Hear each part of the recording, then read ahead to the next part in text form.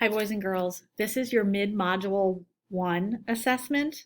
I'm going to read the questions so that you can come back here and watch this video and go question by question if you want to hear what the question is.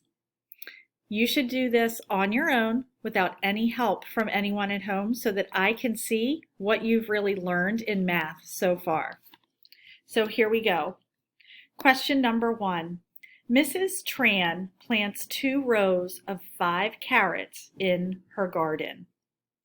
Draw an array that represents Mrs. Tran's carrots. Use an X to show each carrot. Part B. Mrs. Tran adds 3 more rows of 5 carrots to her garden. Use circles to show her new carrots on the array in Part A. So you're adding to your array in Part A. Now fill in the blanks below to show how she added the 5 rows. Blank 5s plus blank 5s equals blank 5s. Write a sentence to explain your thinking above. Part C. Find the total number of carrots Mrs. Tran planted.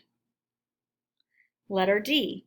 Write a multiplication sentence to describe the array representing the total number of carrots Mrs. Tran planted. Question number 2. Mrs. Tran picks 15 tomatoes from her garden. She puts 5 tomatoes in each bag. Letter A. Draw Mrs. Tran's bags of tomatoes. Part B. Write a multiplication sentence that describes your drawing in Part A.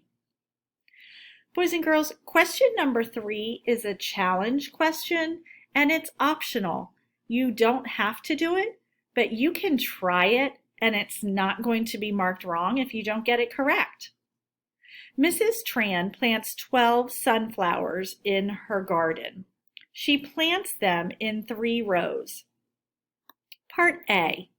Fill in the blanks below to make a true division sentence. What does the answer represent? So what does this answer represent? What does it tell us? Part B. Mrs. Tran adds 2 more identical rows of sunflowers to her 3 original rows, the ones she started with. Draw an array to show how many flowers she has now. Part C. Mrs. Tran figured out how many flowers she planted. Her work is shown in the box below. Would Mrs. Tran get the same result if she multiplied 5 times 4? Explain why or why not. Good luck, boys and girls. Work hard.